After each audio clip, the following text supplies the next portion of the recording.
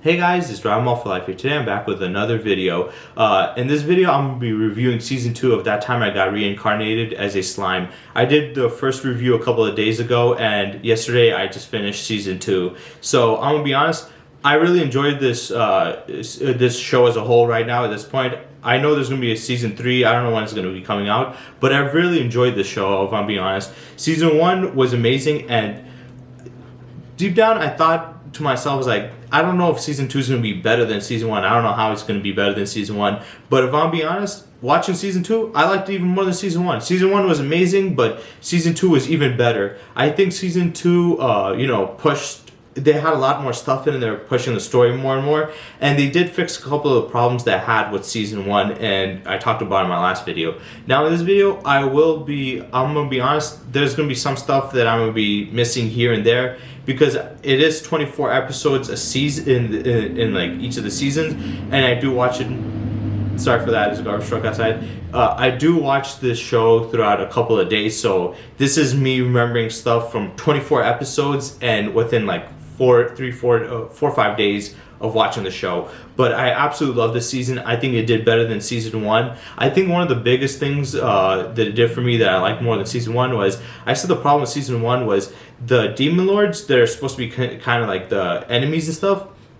They don't really have a purpose for why they're, the antagonists. They're just antagonists to have fight, which I thought was kind of, there was really nothing there. But this season, they did build up on it more. We got to see all of the Demon Lords. We got to see them in their, the council and stuff. And they're not all bad, obviously, but there are some that are, going to be a threat. There's specifically one, Clayman, who is the one in Season 1 who is passing on a lot of these, the threat. And in Season 2, he becomes the big enemy that, Rimuru has to take down and beat. So yeah, I think that's very interesting and cool. I enjoyed that. They gave more backstory. Also, like from an organization he's from, because he has a boss and stuff. So I do like that because, like I said, Season 1, my biggest problem was the villains and what was the purpose of them doing what they're doing. But now with Season 2 they build it up more, and I think they did it far better. We got to also see the other ones. He did deal with Clayman, but he also wants to deal with Leon Cromwell, which is the other Demon Lord. He wants to deal with him because Shizu was basically, he gave her the spirit that basically ruined her life and stuff. So he wants to find out. But yeah, that's one of the other main story. But I think the season as a whole was very enjoyable. For one, the first season, the whole point of that was him to, get stronger, build up, get tougher, and then build up his town, strengthen his nation. And in this season, it's just to him to further that nation, to further his, positioning in that world as a ruler. Because in Season 1, he was gaining a lot of attraction due to his power and the stuff that he was doing. So these other people were seeing it and seeing him as either a threat or a potential ally. And in this season, he's already a big guy right now. The only thing is he needs to, fully establish his positioning in the world and the system itself as, either a threat or as an ally. And that's what I really loved. This season as a whole was cool because we got to see Clayman's plan more. Clayman was seeing his nation become more of a threat and stuff. And there's this one other nation that was ruled by a king. The nation that he was dealing with, I think it was called Belmud, whatever. He was dealing with them. That was a small little nation. But this other one that's ruled by this greedy king, that one of the demon lords, the demon beast guy, he said, yeah, I don't like the king there. He's greedy. He's a terrible person. I don't like that. You're going to have to watch for that. And then we find out that basically, so they're going to be like a big threat. And he's in the other town, and he's done teaching the kids, which I was like, yes, I'm happy about that. I don't have a problem with the kids, but I would rather have them focus on the big threats than him just being a teacher. I don't really care too much about that, if I'm being honest. But yeah, he's what's the thing called? He finishes it. He's trying to get back to his town, but right at this time, he's talking to the merchant guy, and he reveals that the king there is, very greedy. He might attack you guys at some point. He might be a threat. He said, but don't worry. But that wasn't true. He should worry because the threat came in literally right away. So what happened was the king was finding out he's getting bigger, and his nation was known for trades. So they made money off of trade, and they were like trading port. But the fact that I forgot what the name of his place is. The fact that his kingdom was getting bigger and becoming a big name in like the trade market, and would take a lot of potential, work from him. He was seeing as a threat to his position of power and money. So he wanted a war with them. And then his priest suggested maybe have a holy war, set up some stuff. And then we see these three new characters, 2 guys and 1 girl. And they're also like, they're from another world that died and came over and got, reincarnated as one of these people. The only difference is they're evil and they're very selfish. They're talking about, oh, I hate all these people here. I hate this world. It's so dull. They only seem to care about themselves. They seem pretty like, at first I thought it was like maybe they're just douchey, but then later on they showed they were pretty sadistic also. So yeah, Rimuru, he's completely different. He's 100% different than these guys. But yeah, they're getting ready to start some shit. They go there. One of the girls is trying to make falsify one of the goblins touching her or whatever. The Gopta comes in. He steps in. He's like, oh no, he didn't do this. He tries to like lower the tension, but then he finds out that she has like powers where her words can basically mess with people's minds and make them do things. But luckily for them, they had magic that stopped it. And then they launched their assault. One of the women that the human heroes was dealing with, this guy, we find out that she was working for Clayman. He has her heart. So she sets up an anti-magic barrier. Then they set up another barrier that doesn't let them leave and stuff. So now they're trapped and they're depowered and they're getting attacked. The village is getting destroyed. They're getting killed. And Rimuru is trying to get to his place, but he gets attacked by the hero, which I forgot what her name was. I have my laptop right here. I'm gonna try to see if I can find her name. I guess not. Yeah, I forgot her name. Super Japanese. But yeah, she was the teacher of Shizu, and she's the hero girl. She's basically a part of the church that was, working with the king to do this stuff. And she basically works for them, and they believe in this one god. And that guy hates monsters, so she thinks of them as threat. So he's trying to find, she thinks he killed Shizu, and he's trying to explain it. She's not listening. So we're seeing her, and I thought she was going to be a good guy, but apparently she's not. She might not be evil, but I think she's kind of an idiot. She's not listening and stuff, and she's just going in on pure emotion. But yeah, he's trying to talk to her, and she's about to kill him. I think it's Satoru or whatever. But yeah, she's trying to attack him, and he's trying to get to his village, and I was just like, get there, get there, get there. And she's about to kill him. He does do a duplicate copy thing where he destroys it. He gets away, because at this point, he's just not strong enough. And he comes there. By the time he comes there, a bunch of the goblins got killed. Shioin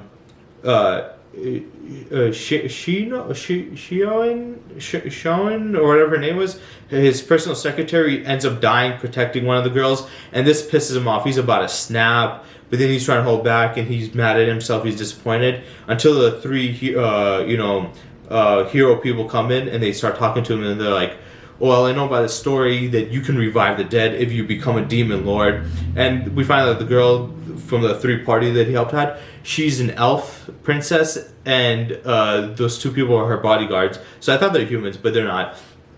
Tells him this, and then the story changes. Now it's like, okay, he wants revenge. He wants to stop these guys because these guys see them as a threat, and he sees them as enemies for what they did. And obviously he's mad, so now he's trying to become a demon lord. But the only way to do that is to kill like 10,000 humans and steal their souls.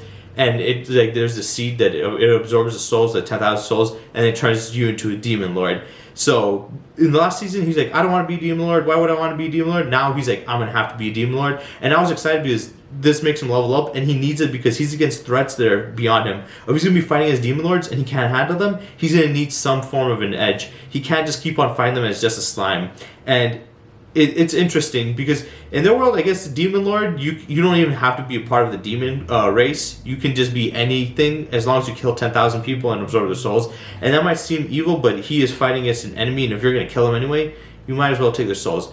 And one of the coolest things happened in this season because he set up a plan to take them out. He started wiping out their camps, taking out the crystals. Even the other hero guys that started the shit, they're getting killed off. I thought they were going to be a bigger threat, but I guess not. They're getting killed off, and now Rimuru comes to their entire camp and their base, and this guy sets a barrier to trap them in there. He sets these water things that pop up and shoot out like water like a laser penetrating their brains, killing them instantly, and he's just wiping out whole hordes of these people. I'm just like, this is badass. Because Rimuru, at this point, he was more of he wouldn't go that far. Yeah, he would kill stuff, but he wouldn't go around hurting humans. And he even blamed himself for putting up the deal of like, you can't hurt humans because he was a human. So he was like, you know, he felt like it was his fault. So at this point now, he's just like he's in like an aggressive or like a blood rage state where he's like, I'm gonna wipe these assholes out. So he's just killing them all. He's annihilating them. The king dude is like, please don't kill. He's trying to talk to him. He blows his arm off. He's like, oh my god. And he's like, he doesn't even care. He just kills them all. He becomes a demon lord. He's getting weaker. A demon named by Black, who is shown in the OVAs. They said the OVAs were important. I watched it. It wasn't really that important. It was just some stuff. The only thing that was really important about the OVA was we saw this arc demon, which sounds crazy. This arc demon named Black. I wonder how powerful he is compared to the demon lords. But yeah, this arc demon named Black, he comes in, and also the story, we get more of Melamine's backstory. Her father was a dragon, her mom was a human. She was half dragon, half human. That's why she's that powerful. Her dad died. She wiped out. Sorry for the garbage truck. She wiped out an entire village and 10,000 people, and became a demon lord like that. And she's one of the oldest and most powerful demon lords. I think she's said not to be the most powerful, but she's one of the most powerful. But yeah, we have him wiping them out. He has Black as his new servant, this strongest arch demon, which I also want to see how powerful he is fully. We see him coming in, and then now, since he's a demon lord, he has to establish that he's a demon lord. He has enough power now. He lets out I think the dragon name is Velmud. Velmud comes out. He brings out the dragon from the first episode that he made a friendship with, and he gives him a human body. Now he has a human body. He's back in the world. People are noticing that. They're all like, oh crap. So he uses a cover story as he destroyed these guys. He didn't. He just awakened as a demon lord out of nowhere. And it's getting cool and intense. Right? Veldora. How did I forget Velmud? Yeah, Veldora, the dragon, is out. And, shit's getting crazy because he has a lot of allies. And now he's trying to have a meeting with these demon lords. And he's trying to show off with these demon lords. And he's also trying to take down Clayman. He also wants to meet Cromwell and, talk to him about the Shizu stuff. He's actually mad at him. And, so he does the thing. We see the other demon lords. He gets into a fight with Clayman. He ends up killing him and absorbing him. And we get revealed that he has, he wasn't actually the strongest. He was the weakest out of the Harlequin Alliance. He was the weak one. They picked him to be the demon lord, and he was good friends with them. And there's somebody working behind the scenes. The guy that's working behind the scenes is the curator for the school that Rimuru is. Man, I fucking hate that garbage truck. I'm being honest. Fuck the garbage truck. It woke me up in the morning. I couldn't go to sleep. It wouldn't let me go to sleep like at 8 o'clock in the morning, and now it's here annoying as shit. Like, take it the fucking first time, but sorry for that. But yeah, he basically, you know what? I'll just wait until it leaves, and then I'll just edit it out. Okay, now that it's gone, sorry for that. Yeah, that's fucking annoying. I really hate it. It's weird. It picks up the garbage early in the morning, then leaves, fucks off somewhere. It comes back hours later, and then it's like, yeah, let me pick up the recycling. Like, bitch, pick them both up at the same time, or have two different trucks coming. Like, that's just annoying. So yeah, he has the meeting. He kills him, takes him, but we find out there's a big threat. The curator, the guy from like the school that Rimuru first met, he's kind of like the president. I think there's a bigger enemy there. But yeah, they're building up for the next season. I think this season was pretty interesting. I really love the fact that Rimuru was like, you know what, I think I should become a demon lord, and him wiping out the village was so badass because at this point he seemed like a guy that he seemed like one of those kind of, I don't want to say stereotypical main characters where he's like, oh, I don't kill my enemies, but at that point it showed he's the type of guy that he's chill, he's nice, he's forgiving, but if you fuck with him and his people, he is the type of ruler that will bring down hell upon you. And he literally brought his wrath upon this people. He fucked them up. He let the king live and the other guy, but they're basically like slaves now, and he got kicked out, and he got one of the other heroes to become the king of his like kingdom, which is crazy. But yeah, I love the build up of the story. I love where the directions that it goes in, the turns. I like seeing him getting stronger and stronger. I think it's very interesting to me. I really enjoy it. So yeah, I think the season was great. There's a lot of stuff I took out, I didn't put in, but to be honest, I don't think it was necessary. I think this season as a whole is great. One thing I will say is, I don't know how far along the manga is, and I don't know if they're bringing out season 3. Hopefully they are. If they bring out season 3, I'll watch that and then I'll review it also. But the reason, one thing I gotta say is, I'm not gonna be done with this video. I'm gonna be making one more video on that time I got reincarnated slime before if they drop out season 3. Because the reason why I actually watched this show was one reason. I've been seeing a lot on YouTube and online and stuff where people have been talking about Lord Rimuru and Goku, and comparing them and saying Rimuru is even stronger than Goku, and Rimuru is like a top level powerful character in in anime and fiction. He's like a high level character and he's stronger than him. I was like, after all the stuff I've seen Goku go through, the fact that they're saying this character is this powerful, I need to find out, is he that powerful? They're saying that he has these abilities that he can nullify people's abilities and stuff and stop them and stuff like that. So I was like, okay, is that the case? So that's one of the main reasons I watched this. So yeah, after watching it, I was not only watching it for the entertainment purposes to make videos on it and the season, but I also watched it to see how powerful this character is and to kind of do some research so I can talk about how powerful he is, especially compared to something like Goku, and could he beat him? So I will be making a video like that, but it'll be coming out next week. So yeah, stay tuned for next week, because I'm gonna be dropping out how strong is a Rimuru video, talking about could he beat Goku? Is he really that top level character? How powerful is he? Because I have watched the show now, so I got a good enough gist of his power and should have good enough gist of how powerful he should be. But also, next Monday is going to be the craziest, is going to be really great for me, because not only am I going to be making that video about how strong is he and talk about that, but also Death Battle's Thor versus Vegeta video is coming out on the 8th of May, which is on Sunday. So their videos coming out on Sunday, but I don't usually film on the weekends.